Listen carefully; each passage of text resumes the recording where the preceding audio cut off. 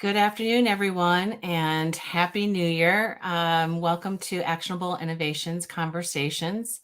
I'm really excited to have you here. My name is Lucy Gray, and I'm here with Lisa Vahey, who I'm going to introduce in a moment. Um, if you're watching us today, we are streaming in a couple of different places. We are streaming in Hopin, which is the best place for interaction if you want to um, add comments and that sort of thing. We also are streaming in YouTube, and we're also streaming in LinkedIn Live. There are some uh, problems, not problems, but just the way LinkedIn Live works. Uh, Lisa may not be able to see your comments. I might be able to, but she might not be able to. So I will keep an eye on all these different places to see who's commenting and make sure that Lisa is aware of your comments and questions and that sort of thing. So just be aware that we are streaming in 3 places. The best place to be is in Hopin right now. And if you'd like to take a moment to introduce yourself, tell us where you are, say hello, that would be really great. Actionable Innovations Global is an inclusive professional learning community.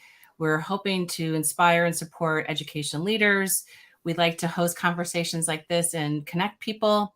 And we write about global education innovations in addition to doing consulting and that sort of thing. So we do these kinds of conservations every Friday or so. I see that we have a few. I see Amy's in the chat. Amy Treadwell, welcome, Amy. If anybody else is here, please say hello, and we'd love to know who you are, where you're from, what you do, that sort of thing.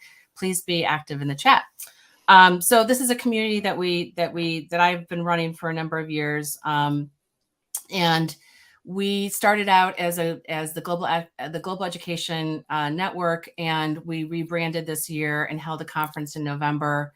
And we have about 30,000 teachers or educators in our network. And you can follow us on all of the links are on Linktree. You can find us on Medium, Twitter, YouTube, et cetera, et cetera. And we'd love to have you join us for future conversations as well. So that's a little bit about us, because I don't want to spend too much time talking about what we do, because I think today's conversation is going to be super, super important. And I'm going to skip ahead to that because I really want to get to it. So make sure to introduce yourself in the chat and feel free to comment. If you want to, this is meant to be a networking event. So if you want to add your Twitter profile or your LinkedIn profile so people can connect with you, that's great. If you want to tweet anything out with our hashtag, which is GlobalEd23, you can. And the one thing I added this week in terms of, kind of presenting some sort of agreement about how things should go. We're going to be talking about some sensitive topics potentially today. And we want to be really respectful of interactions. And if, I'm keeping my eye on the chat and that sort of thing, so we can remove people if they feel like they want to be more vocal than what is socially acceptable. So I just want to put that out there, because I went to an event recently and everything was very locked down because they were afraid of disruptors. And I would prefer not to lock things down. I would prefer things to be interactive and civil. So I just want to put that out there before we get started today. So the reason I asked Lisa today is Lisa. Well, first of all, Lisa is a renowned educator here in Chicago and in Ohio. I met her 20 years ago, now 15 years ago, as our children were nursery school mates at the University of Chicago Laboratory Schools. And Lisa, I think you worked at UEI too at one point before I did, correct? I did, yes. Okay. So our paths have crossed. We're both a couple times. Yeah. Chicago public school teacher. We're both former Chicago public school teachers. We have a love of literacy. One person on Facebook today said, "Do I know her through the Rochelle Lee Fund?" And I said, "Yes, you do." And that was Rochelle Lee Fund was really a great organization. I know it's still in existence in a different form, but back in the day when it was a grassroots thing that really served teachers, it was really amazing. So Lisa and I have known each other for a long time. And what I love about Lisa is that she's passionate and is leading her own anti-racist journey and sets a great example for others in terms of what to read, how to be of service. And so I've been following her on social media and really appreciate her work. And she's moved into a different arena that's more of a kind of a policy coalition. And I think there's some important lessons to be learned from here. And before I turn it over to Lisa, a couple other things that have driven my thinking on this. One is I have a friend who was a superintendent in the Pacific Northwest who was fired last year for not making his teachers take down gay pride and Black Lives Matter flags. And it was an incredibly disruptive experience for everybody that was involved in that school district, it seemed. And he's an amazing educator. And to see this happen was really distressing. So that's why, and I think schools need to be prepared to how to handle difficult conversations and how to support students and educators as much as they can. That's one thing. The other thing that has recently come across my path is I went to my first Indivisible meeting that was focused on school boards and how school boards are functioning and the people that are coming in and trying to take over school boards with their agendas and that sort of thing. And it seems like there's very deliberate funded entities that are trying to not let educators be the professionals, is how I would put it. And so I think it's really important that if you're an advocate for education in any way, you're prepared to think about what to do, how to form groups that will fight back, frankly. So that's why I've had Lisa here today. And I'm so excited, Lisa. Thank you for coming today. We're so glad to have you here. As you're talking, Lucy, I feel like I've got 90 other things I want to update on my slides. Yeah. Which is the first thing I should have done is find a picture of the boys in preschool. But, I do have some, and I thought I would yes. embarrass them if I did. Yeah, it's not a good thing to do when they're 19 and 20 now, as opposed to 5 and 6. So that's an okay thing. Thank you for such a kind intro. You posted a picture recently of David with a Richard Scarry book that I loved, and his like an stuffed animal that maybe he brought home from school or something that he was reading to. Mm-hmm. And Richard Scarry has been like one of my favorites since I was a kid. Like, so I loved that, and those books were big in our house as well. Yeah. So, yeah.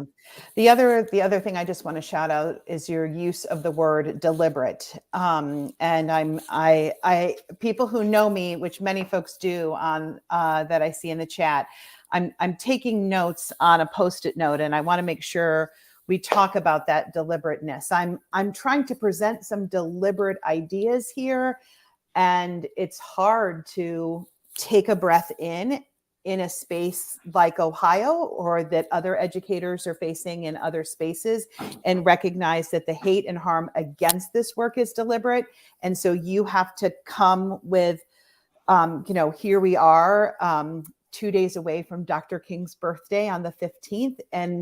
And if we want to live in that space of tending to what it means to do this work for the long game, for our children's children, as Dr. King and John Lewis and so many others have reminded us of, we have to be deliberate in the way we fight as well. So I hope folks will walk away with some good ideas. Yes, I think they will. And I just think this is so important. So I'm really excited for this conversation.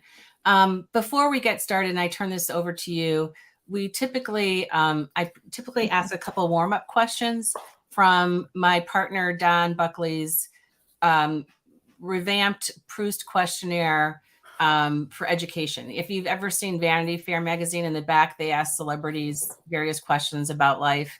He's adapted that for education. And so we start out these conversations with a couple of these just to kind of get warmed up. And if the audience wants to respond as well, they can. Please do in the chat. These questions are, I'll put the link here for you. So awesome, Lucy. Thank you. So here's a question for you. Who is your favorite education hero? Well, Fictional or real? yes, I'll name a real person. I have been greatly influenced by my mentors, and I am lucky enough to work at a network of schools here in the Cleveland area called the Intergenerational Schools. And through that work, I have learned how important it is to be looking to my elders. So I will name three folks. One is someone that Lucy knows, named Marv Hoffman. Yeah. Who took me under my wings, took me under his wing, as did his wife, Rosellen.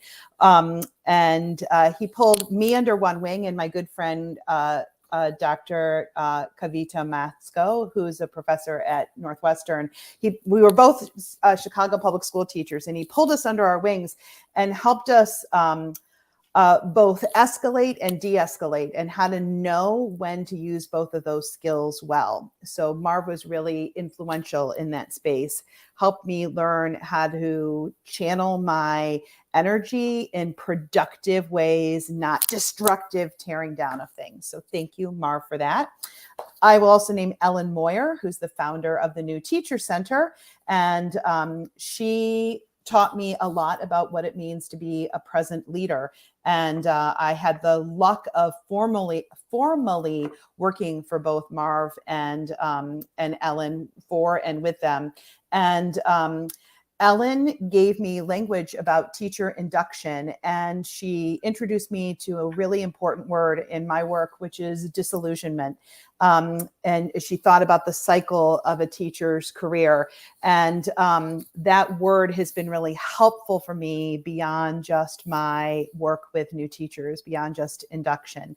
And the last person I'll name as an ed hero is someone who I don't know, but I wish I did and could go hang out with them. And it's someone I'm listening to a lot more lately. And that's Dina Simmons, who was a professor at Yale and is now doing really important work, calling in and calling out social emotional learning spaces and asking us to think about the ways we've operated and championed SEL, social emotional learning, in ways that did hurt and harm Black kids and second language learners and queer kids. And she has done that by sharing her own story. So she is brave in this space as well.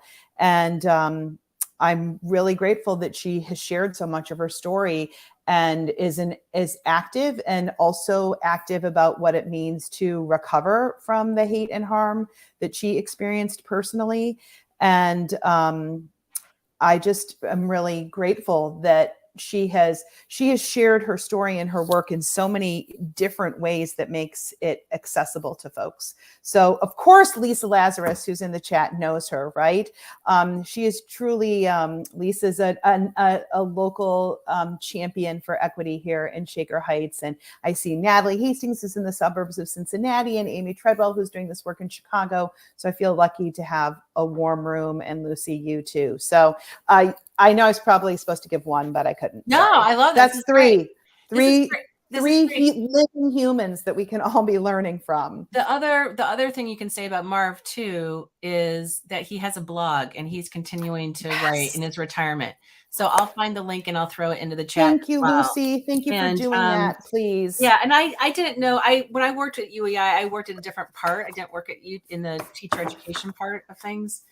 So I didn't interact with him as much as you did, but he was the heart and soul of that place. So and we can continue to learn from him because he's really passionate about education. And I think it doesn't, once you retire, it doesn't mean that you just stop doing this work, right? You still, I think we all feel so connected to schools forever, you know.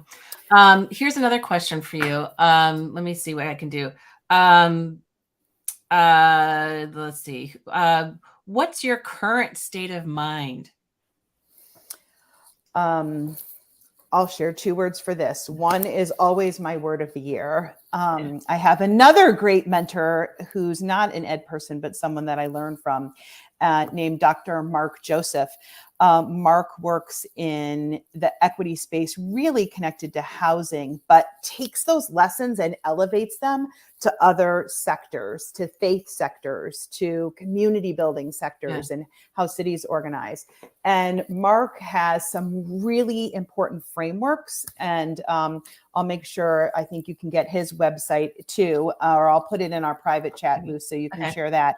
But Mark, as he walks through his framework for thinking about racial equity and racial justice, talks about the need to be vigilant. So I carry that word vigilant with me into lots of places and spaces.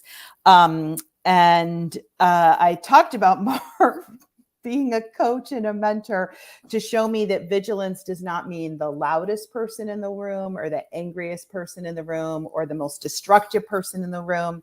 And Mark is another person whose coaching and friendship has helped me recognize how to be vigilant through multiple dimensions. That there is, and to be vigilant means you can't have a temper tantrum and use up all your energy and then need to sleep for a week. So what it means to keep, I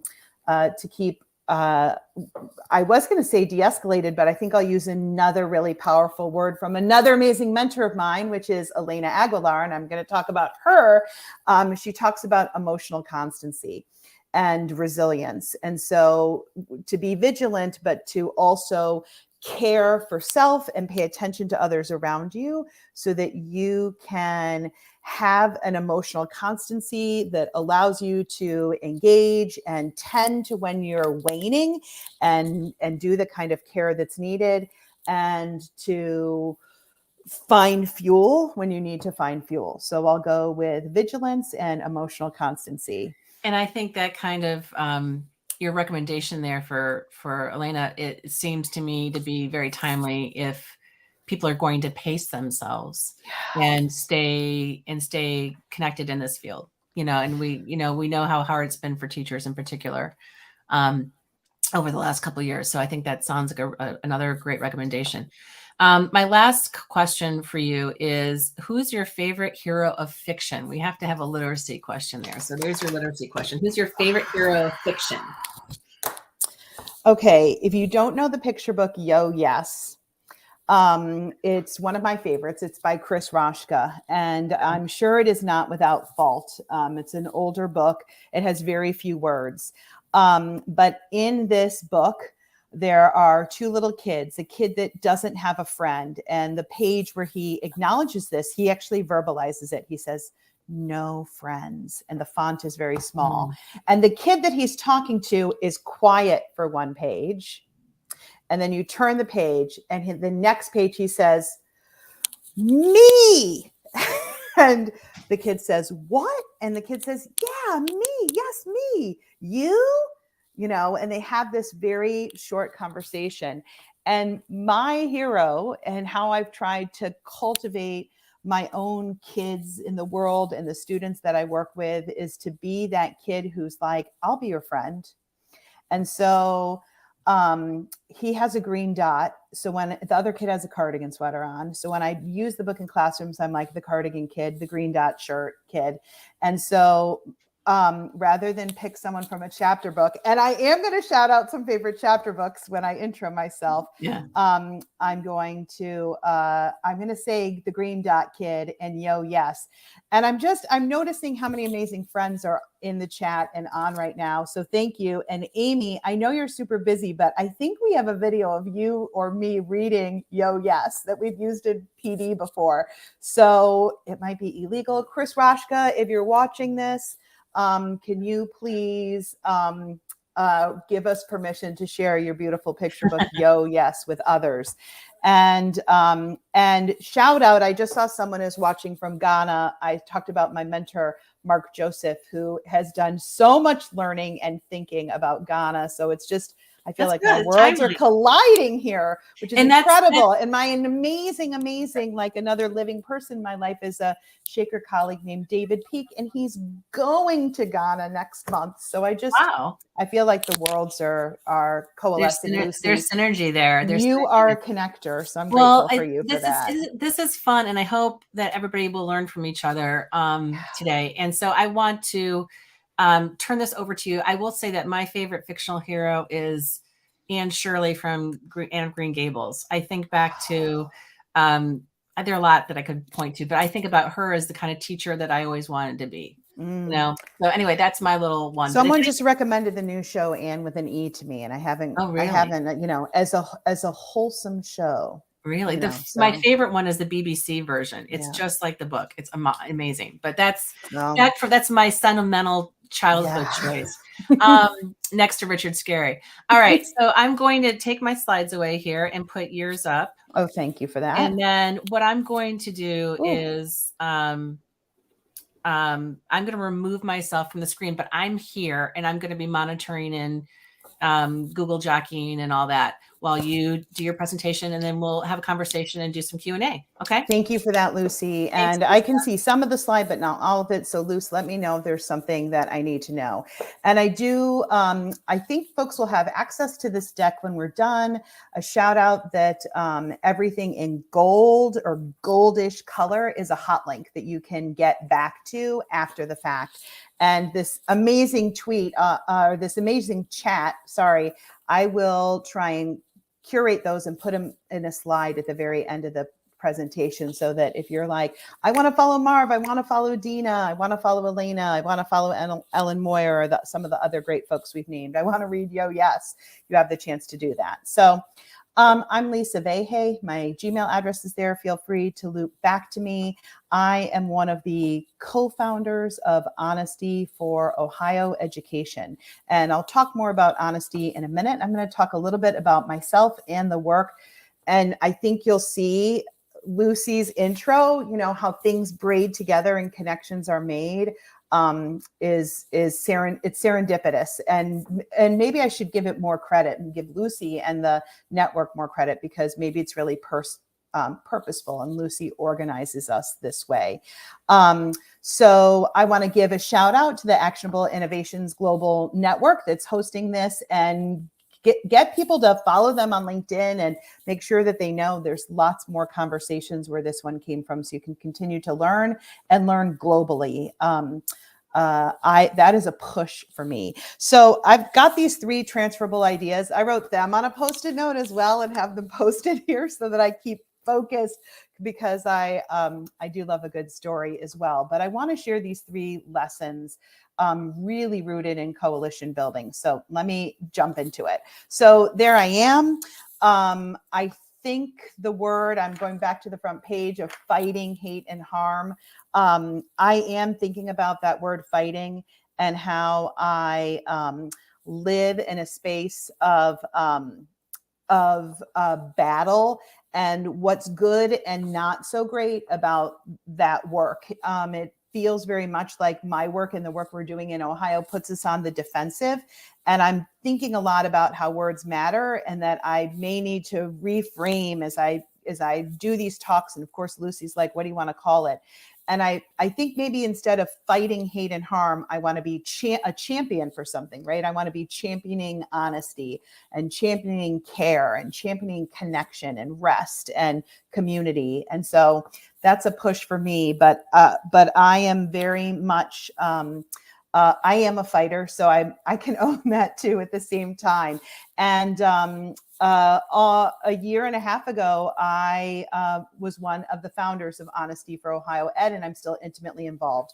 A couple things about me. It's my dad's birthday today. So that is a picture of my dad and one of his colleagues in the Air Force before they left for Vietnam. My dad's a veteran, and my mom and my dad are huge influences in my life, as are my kids that are down there. They are global citizens, and I get a lot of inspiration from them.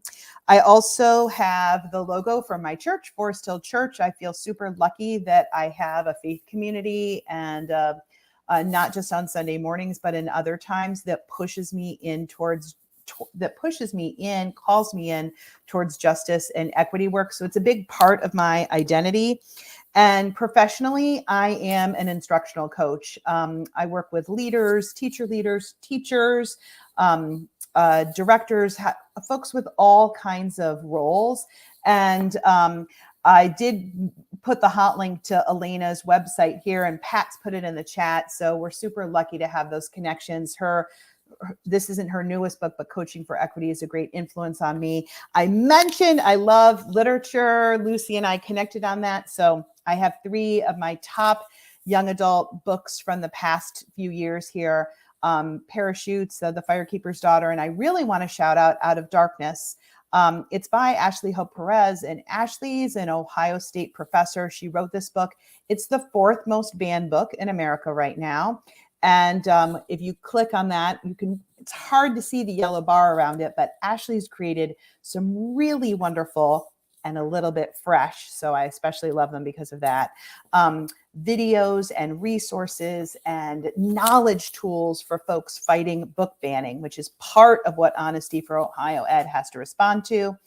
And then, because I thought there would be some folks who might not know where the United States is, or not know where Ohio is in relation to the United States. There's the little map of Ohio, a map of the US, and Ohio. We're a Midwest state.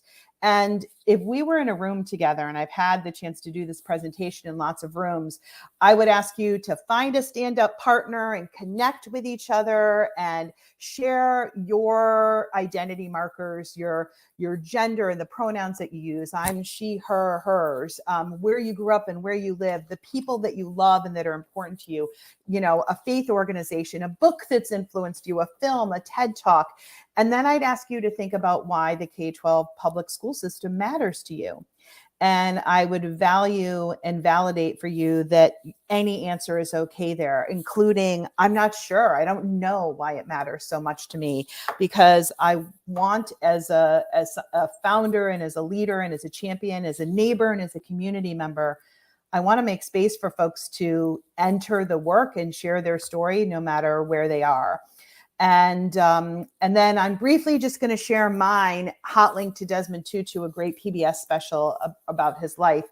I have really learned that as a white, cis, straight, wealthy, well-educated woman in the suburb that I live in, I'm a Christian, an English speaker, someone who's had access to privilege.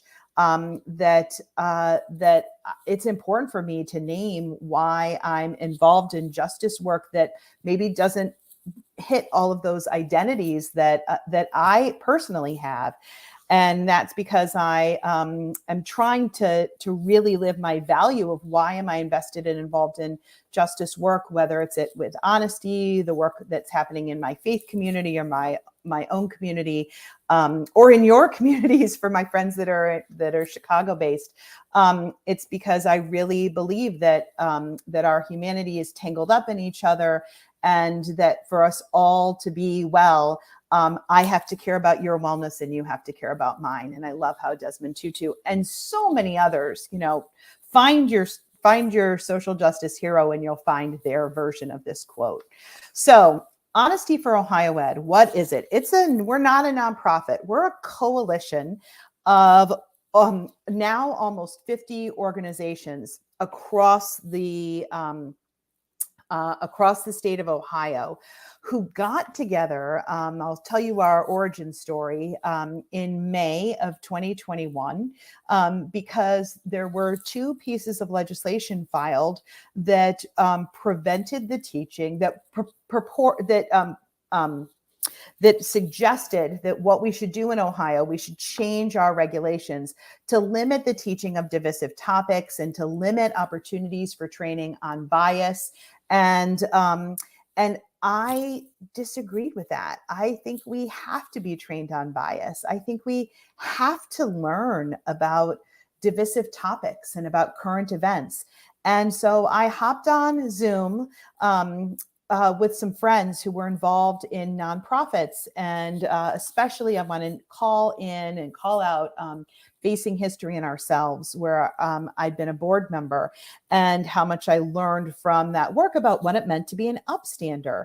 So when you see hate and harm happening, as we were seeing from legislators, to respond with silence or inaction flies in the face of this being an upstander, something that I believe in. So with these colleagues, we started learning more about this harmful legislation, these proposed rules, right? So they hadn't passed through our state legislature yet. And we found out, goodness, we need to do something about it. So we built a coalition that said, together we are going to educate, advocate, and build community in 3 places: the Ohio State House, which was where some of these proposed rules were coming from, at our State Board of Ed, which has done some really good work to fight racism, but which had some individual members who were building hateful coalitions against justice-oriented work. And then in our local school districts, so the places that we lived in local communities where, we have folks who are on the phone who know that we have, I just went to grab, I was wearing a name tag earlier from being in a school, or a lanyard. We have school districts here that are saying, hey, you can't have a rainbow or any sort of LGBTQ symbol on your lanyard because that promotes gayness. I might not have the language exactly right on that, right? But we have these local book bannings. We have local efforts to remove support from queer kids. And so those 3 places, the State House, the State Board of Ed, and our local school districts, are places that our coalition wanted to create momentum for change, to combat the hate and harm with a fight, with sensibility. And to do that well requires you to follow a series of rules and regulations about how bills become laws. I often say when I do a talk about this work is I learned that Schoolhouse Rock, which was this wonderful show from the 70s that explains how a bill becomes a law, is a fib. That's not how a bill becomes a law. There's all kinds of other ways that that rules and regulations get enacted, and we have to be informed. So we have a clear set of beliefs that guide us, that we came to early in our coalition. I'll talk more about those. The number of issues that we're fighting have grown over time. So you've heard me talk about LGBTQ student rights. We have had to join the fight against people believing that social emotional learning doesn't belong in schools, that we should censor classrooms, that we should ban books, that we should not say gay, that we should over-police our teachers, that we should overvalue parental rights, that creates hate and harm.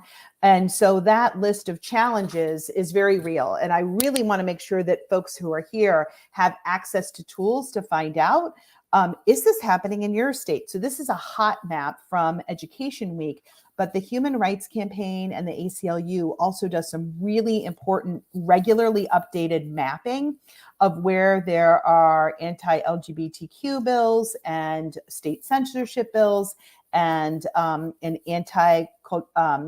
critical race theory bills. We have shorthands for these, and some of these bills have been passed, some of them are in progress, some of them have been fought back. And so learning what's happening in your own state is critically important work. So that's the work that we've been doing. So that's a bit about Honesty for Ohio Ed. So here's what you, I think, showed up for, which is, okay, that's great what's happening in Ohio. I'm definitely going to check those maps to find out what's happening in my own state. Goodness, that I hope that you feel a sense of urgency in that work. But I do want to share these 3 lessons, these 3 transferable ideas for folks who want to be advocates or engage in policy work, which is not a place that I thought necessarily I belonged right now. So here's the path forward. This is my personal path forward with a lot of lessons learned, with shout outs to the amazing partners that I have who are part of the Honesty Coalition. So the first piece of advice I have, 1, 2, 3, they tell you to teach in 3 so that folks can remember things, is to start with yourself. And this is a lesson that gets repeated from folks. But if you want to do policy work and you want to engage in this space, oftentimes you'll read or see podcasts about do your own work. And I'm just unpacking that a smidge about what that means with 5 big ideas that I think help. Considering your own biases, how you grew up and what you come with, building your own knowledge about what's happening. So like, I'm gonna name Anita, I see your question. How can you overvalue parental rights, right? That's what I would have thought as well. But there are very deliberate hate and harmful groups that are using the language and the lens of parental rights to say, it is my right for my kid to have X, Y, and Z, and that is more important than equity, or that is more important than the good of all. And so it is a tough situation. There are folks taking Dr. King's words, lifting lines from his I Have a Dream speech and repurposing them in ways that are really complicated. So I had to build my knowledge in that space for things that I thought I would absolutely that I would absolutely agree with. And then I recognized, like, goodness, this is not what I agree with. And this is deliberate work to twist and shift language that is anti-justice. So what else can you do to do your own work? Grow your skills, get feedback from folks about how you're doing, have an equity partner or an equity buddy or a good friend who will call you in and out, a network that will do that work with you, and deal with the feelings that come with this. Or for me, I had to learn sometimes how to channel those feelings and shift them into other spaces, right? To hold back my tears or my frustration and learn how to breathe through them, which I guess really is dealing with your feelings. I should change that to deal with your feelings in appropriate ways. And because I hope folks will leave here with resources, I did put in this slide the folks where I've learned how to do this own work. So I'm really blessed to have a faith community where I can do some of this work.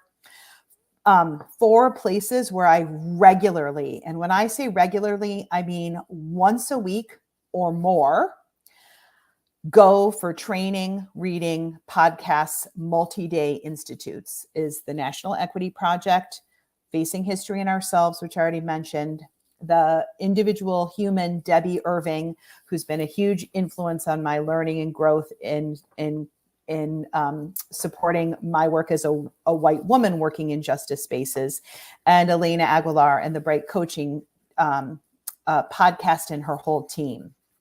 Those are my go-tos.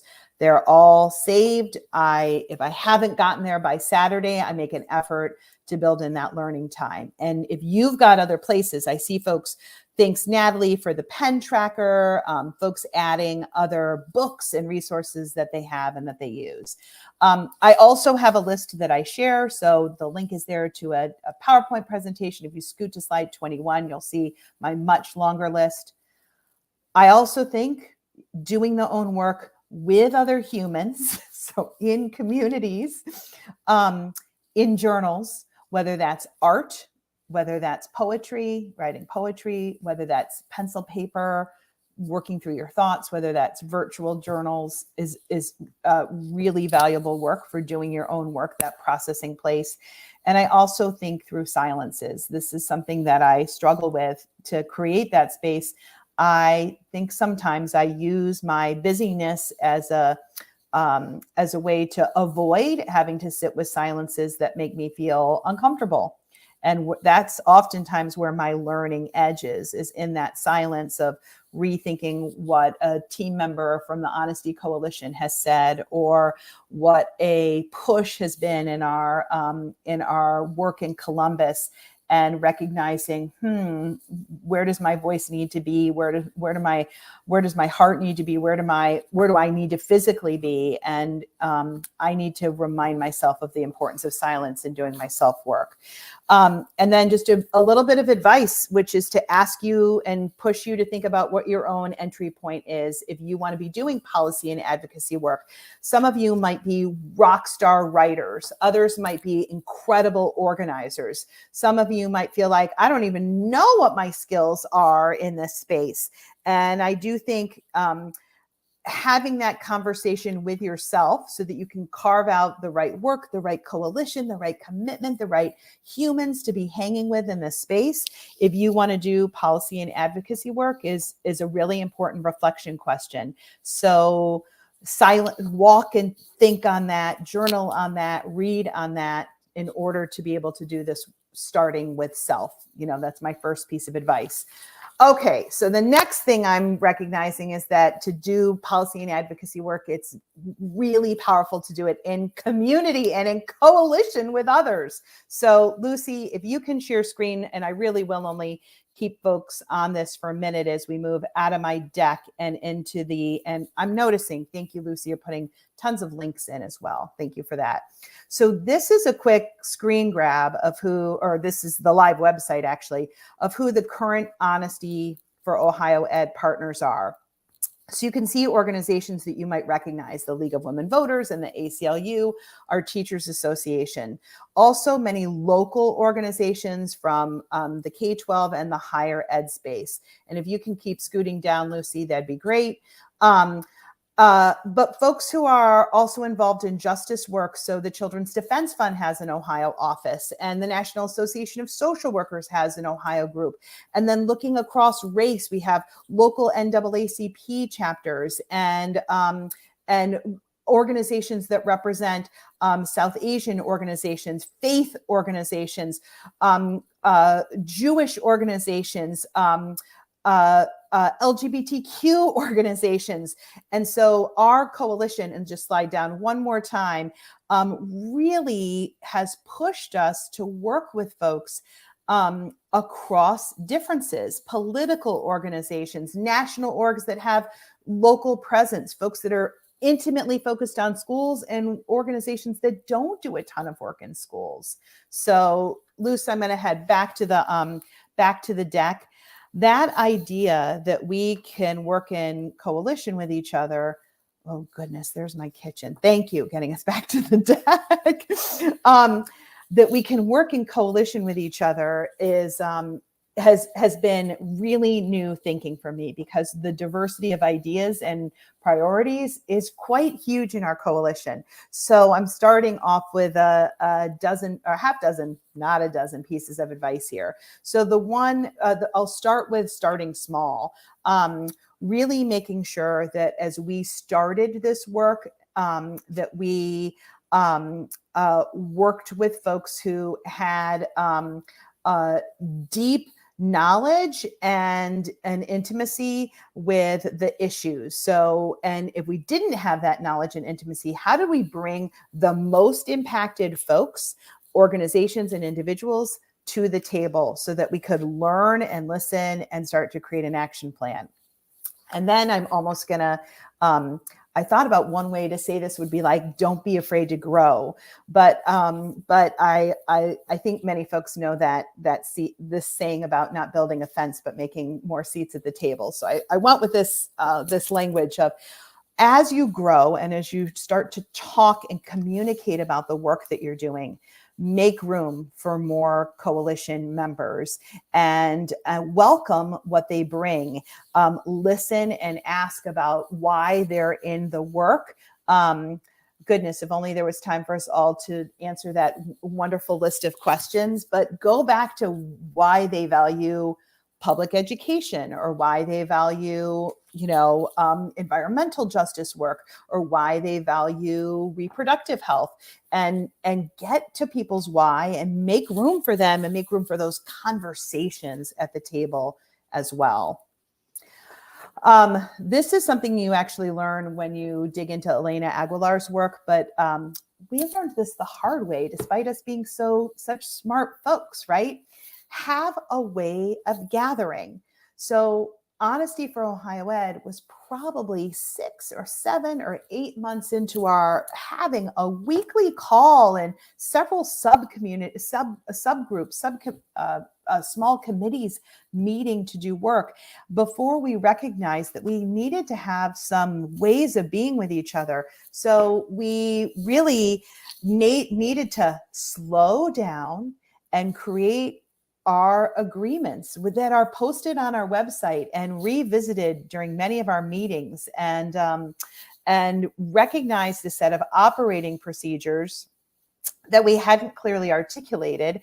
And therefore, when we were faced with challenges, we couldn't lean on anything. So creating agreements or norms or operating operating structures, but these are really rooted in the human interactions you want folks to have with each other, right? So when I say operating, I don't mean, who has the password to the Instagram. I really mean the ways we interact with each other as humans.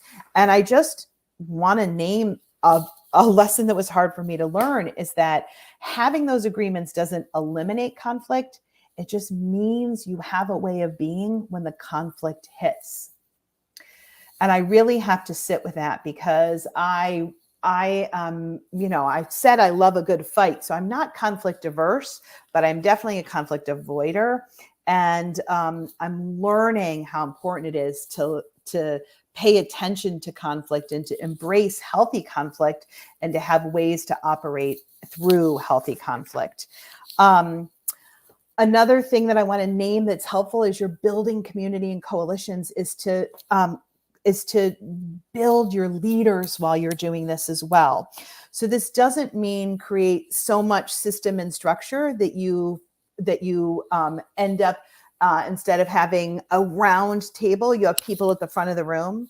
But I do think it's really important to do the kind of trust building work and the kind of communications work as your coalition grows. And for us, as our need to respond to policy issues grew, that we would have folks who held and had power to act with and for us. And so building a system that does that, if you want to be doing policy and advocacy work, is important, because at least in our experience in Ohio was that from one Wednesday call to another Wednesday call, so many things would need response that we needed to have some leaders who had our trust and who had strong communication skills to help us know how to operate in the face of challenge. I have to do a second here to shout out our amazing founding director, Cynthia Peoples, who I did not know at the beginning of our coalition work. She transitioned from being a community volunteer to now leading a coalition with almost 50 partners. Her outstanding commitment to communication. She's such a good interpersonal communicator. And she also she's a former television personality, so she has great presence in high stakes situations as well, has served us so well. So I'm truly grateful for her and so much that I have learned from her. So I'm shouting her out here. And then last but not least, how will you grow and what does it mean to grow? I think the growth work and tending to that is a real learning edge. In fact, everything we're doing is not lessons learned because checkbox, but lessons learned because we're still in this space of learning. And having a plan for growth. We are going on retreat at the end of January. So having the chance to reflect with all of you all has been so perfect. What will it mean? We barely fit in a room when we're going to be on this retreat. So how will we need to change? And, embrace change could have been one of the other, among many other topics, or stay vigilant, or, all these other lessons. But how we tend to growth, and in that growth, how we see growth as a natural part of our coalition work and our advocacy work, instead of being threatened by growth. And that's important, an important framing that we're bringing in, that I'm striving to bring into the work. Okay, start with yourself, build communities and coalitions in the work. And the last thing I want to just share is the importance of prioritizing communication. I'm naming again that we are a statewide coalition with very diverse partners. So 3 things that we've had to do, and 3 lessons that I'm carrying forward into other work that I'm doing, is that having systems and structures for sharing info in policy and advocacy, which is what I'm framing this in, knowledge sharing is crucial. And oftentimes that information feels really sensitive. And so finding trusting communication channels, whether that's through regular phone calls, whether it's through texting and text norms around how we communicate, whether it means picking up the phone and the ways that we must sometimes, move off our devices and into hearing each other's voices. That's really important, and making time and space for that. My second bullet is about finding communicators and cherishing them. We have excellent folks who are professional communicators inside our org. We have an amazing communications director. Shout out to Elaine, who's doing this work. But I also want to name that we have folks who have emerged as communicators. So they're not expert communicators. They're not professionals in this space. I'll name Natalie, who's on this call. There's a whole cohort of folks in our coalition who needed to learn how to stand up and give testimony, stand up and write an opinion or an editorial piece. And so this is why in our work, we didn't need to find expert communicators. We needed to find willing communicators. We needed to find impacted folks. We needed to find unlikely communicators. And then we need to wrap our arms around them and support them. That's what the word cherish is meaning here, to make sure that there's a space for them to learn and grow, because talking about the work, oftentimes in policy, in cool rooms and cold rooms where people aren't listening to you or absolutely agree with you, and helping folks live in that space and share their work there is important. And then last but not least, tend to the communication. Like tending to growth, communication will break down, harm will happen, conflict will emerge, technology will become a challenge.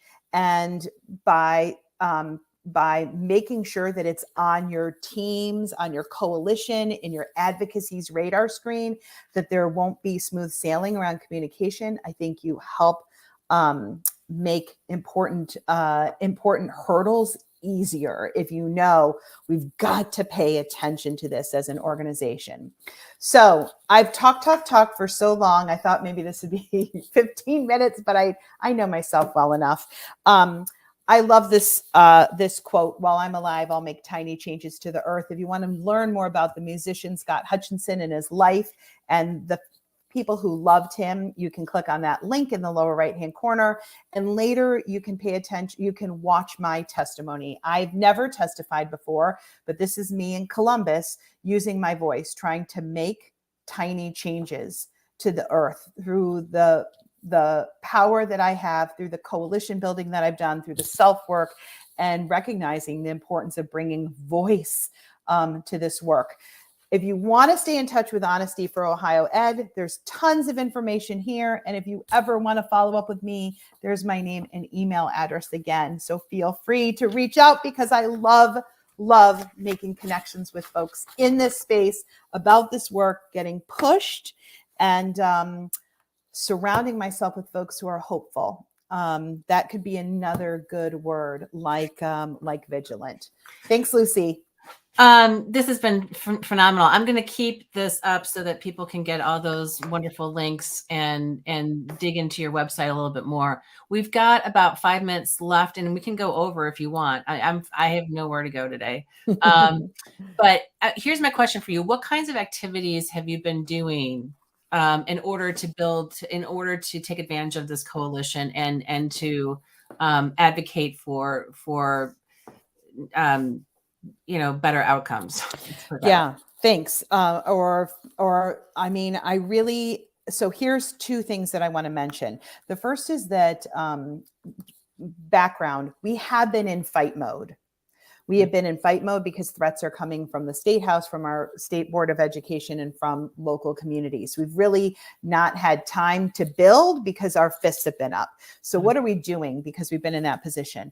We are going on retreat. We have been very lucky to our fiscal agent, Ohio Voice, shout out to Ohio Voice, has access to human beings that and our funders have been so generous in helping us set aside dollars for our own community building. So we are gathering, we are storytelling, we are eating meals together, we are laughing, we are doing connectors. Won't surprise anyone. We're eating chocolate, and we also have 2 really intense work sessions on our agenda. But we are gathering in person to be together. And that's one thing that I'll name. The second thing that I'm super excited about, the work that we're doing, I mentioned OPAL, which is one of our partners. We are entering a legislative effort to be for something instead of against something. So we are part of a coalition that is working to require changes in how we define the history that we teach in Ohio, and to think about a more expansive set of standards and things that we study, so that we actually graduate high schoolers who have been asked to study racial histories in more robust, inclusive, expansive ways. So that coalition work just has started. It is youth-led, which is really powerful, and I'm excited about those 2 things. I think that's a really important piece, is bringing youth into it. It's not just the adults in the room; it's the kids, it's their future. Yes. So you and I talked about how this is really a local grassroots kind of thing, and that you can't do this necessarily nationally. I think it's interesting for people in other countries. We just had Fatma from Egypt, and we have somebody from Ghana who are watching. I think it's probably interesting for them to see what's going on here, and the lessons about structuring your organization, I think, are really important. But my question is to build on the idea of local versus national. Is there a coalition of coalitions? Is there a network of state groups that are doing this work that you can learn from as well? Are people getting organized in Florida, for example, where a lot of difficultness is going on? I'm curious as to what you know about other states. Yeah, so there are several, I really want to shout out Zinn Education Project, and there are a couple nonprofits who have created, and I'll drop them into the last slide. So take the heat map of harmful legislation and shift it to a heat map of folks working for goodness. And I think that's a really important acknowledgement that there are great organizers and organizations. And we've talked with folks in Texas, in Florida, in Indiana. We've been on panels. The teachers associations, AFT and the NEA have oftentimes served as those conveners of those conversations, because this impacts young people and it impacts our educators so greatly. And I think one of the things I'll also name that I think is challenging is that I think folks have heard, like, put the oxygen mask on yourself. And I do challenge any funders who are listening to this, or folks that are that have power and privilege nationally who are thinking about this work.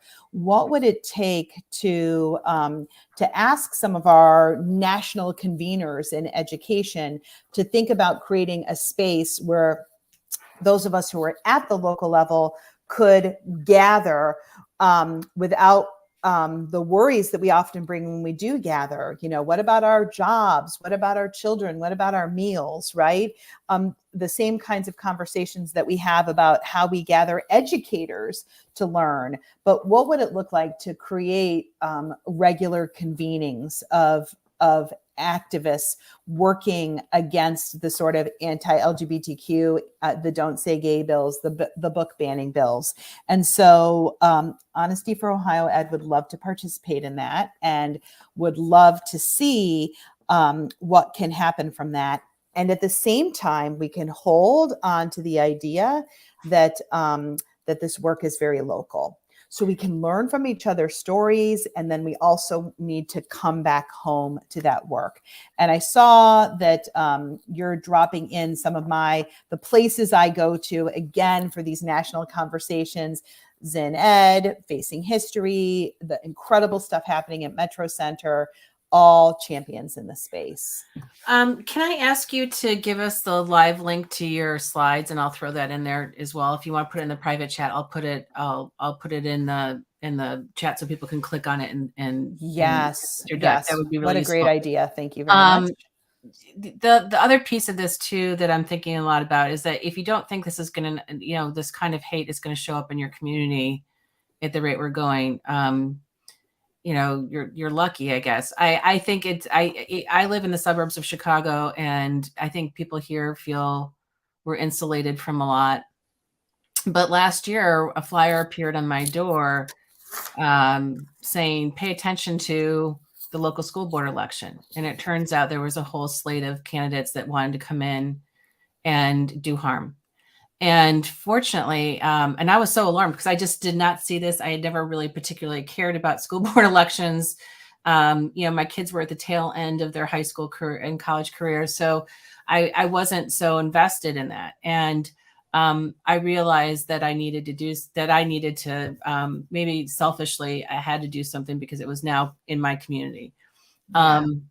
And so that's, I have a lot of work to do in terms of, it's not just about me and my community, it's about everybody. And so I have to do work on that myself, but, school board elections are coming up again in April, is my understanding in a lot of places. So I would love for groups like yours to do workshops for people to understand what is going on. Because I think this goes under the radar. And I think it's not just school board elections. I think any elected office right now, Mm-hmm.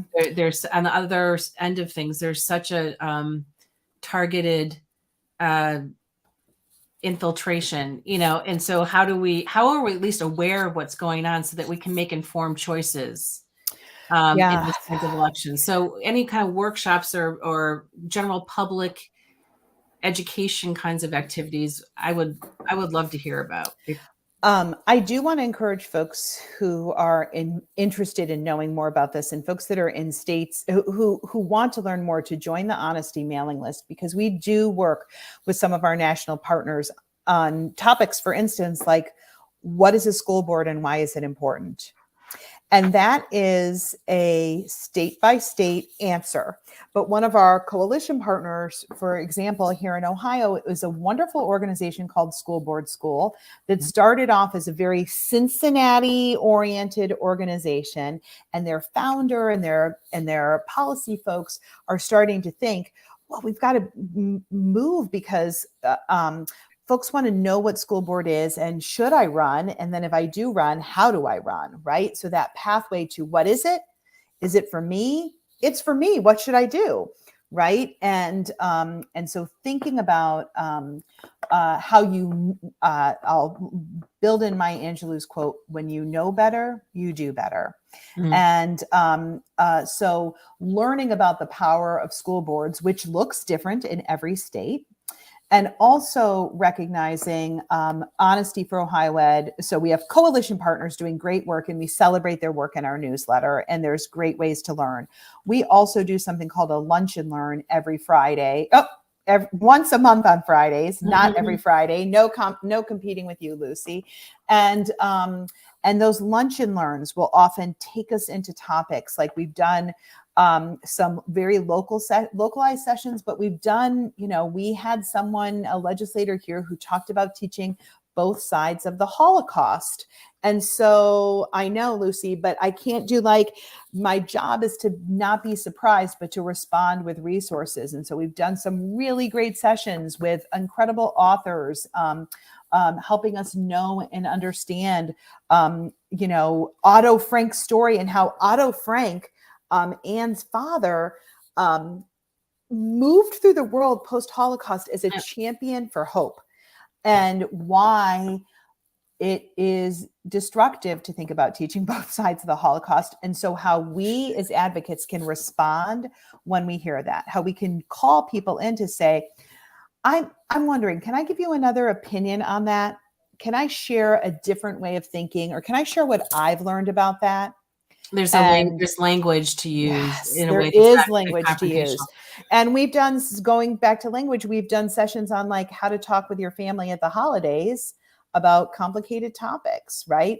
Why aren't schools just talking about reading, writing, and arithmetic, right? None of this touchy-feely stuff. And, and how do you talk about that with your family or with your neighbors or in the grocery store parking lot? So, we've done great sessions on that too. Speaking of the Holocaust, another thing that's been influencing my thinking lately is I watched Ken Burns' recent documentary, about the U.S. involvement with the Holocaust. And it's, there's so much I didn't know, and I thought I knew enough or a lot. Yeah. And I highly recommend that if anybody's looking for media for their learning journey. I found it to be incredibly powerful and not overwhelming. It was done in a way that was, it's fabulous. It's really, really good. And I just think that there are parallels of the anti-immigrant and the anti-Semitism that was going on at that time is popping up now. So, I think that there's lessons to be learned from history. I know this is obvious, to most people, but I just think there's some lessons to be learned, so that we don't repeat them, going forward. And I would like to see us here in the U.S. move forward with our thinking rather than backwards, which seems to be where we've been the last few years. So I think, thank you for mentioning. I mean, I'm going back to this idea of starting with yourself. Really positioning ourselves as learners is important.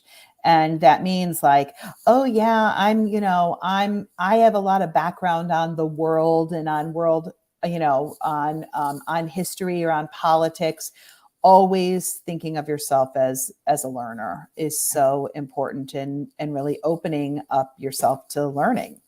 The other thing that I find powerful too is this year I'm trying to, I guess with the start of the new year, I'm trying to kind of just take in more and learn more. And the other group that I really love too, which is not necessarily politically oriented, but is also just good. I like their structure and I like what they're trying to do. Here in Chicago, we have the Family Action Network. Have you ever been to any of their events, Lisa? I've gotten in the car to drive to their events. That's how impacted I am by them. Yeah.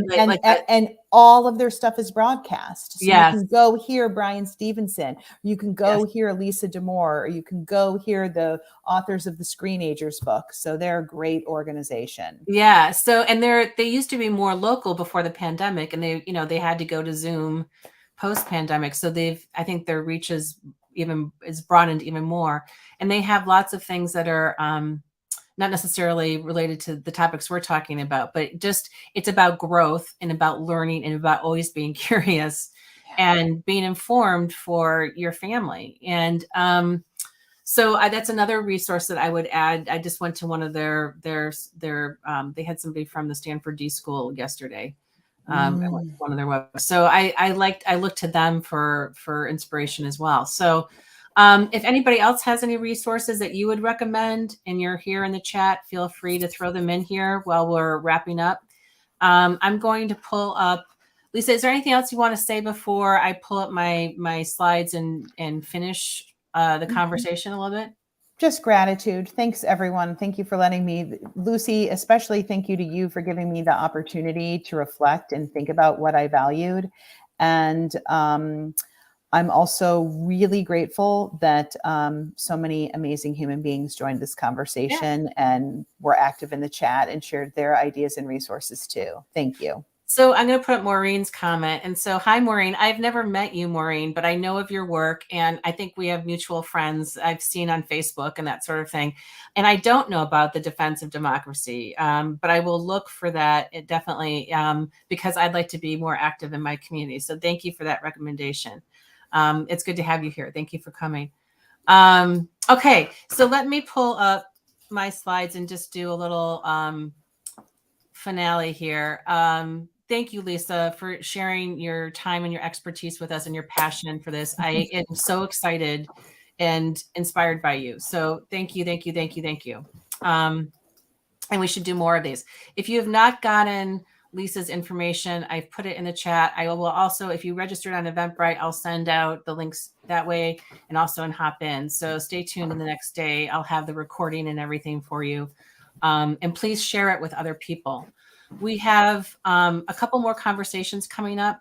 And January 27th, this is a completely different topic, but also really interesting. I'm a graduate of Beloit College in Wisconsin, and I'm on their alumni board. And I'm really proud of the work that Beloit has done around innovation. We're going to be interviewing Brian Morello, who is the director for the Celeb Center at Beloit, and talking about entrepreneurship in higher ed. It's a super interesting story. If you've never been to lovely Beloit, Wisconsin, it's undergone a transformation in so many ways, and this center is part of it. And so he's going to be joining us on January 27th. I'm really excited about that. And then on February 2nd or 3rd, whatever that Friday is in February, we have Aaron Shorn from Unruler, which is a portfolio tool for young people that helps them demonstrate their learning. And it's a platform that as an organization or a school, you can customize with what you want students to be able to demonstrate, those soft skills or we don't like that word, soft skills, but those skills that are not necessarily academic skills you can build into this portfolio system. So Aaron is going to join us. He's a super interesting educator who's done a lot of work in Hawaii. He's based in California right now. And that will be another interesting conversation.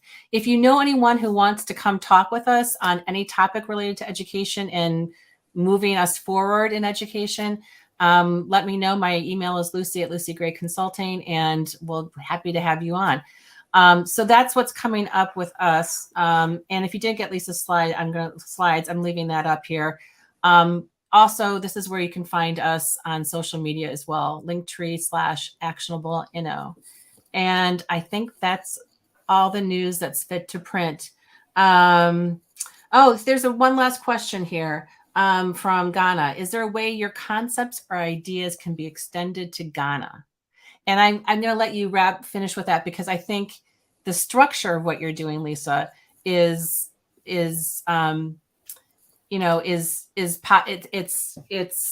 possible to take this and translate it in other situations. Yeah. So the lessons that I think can be taken away with are, where are you in your own self-work?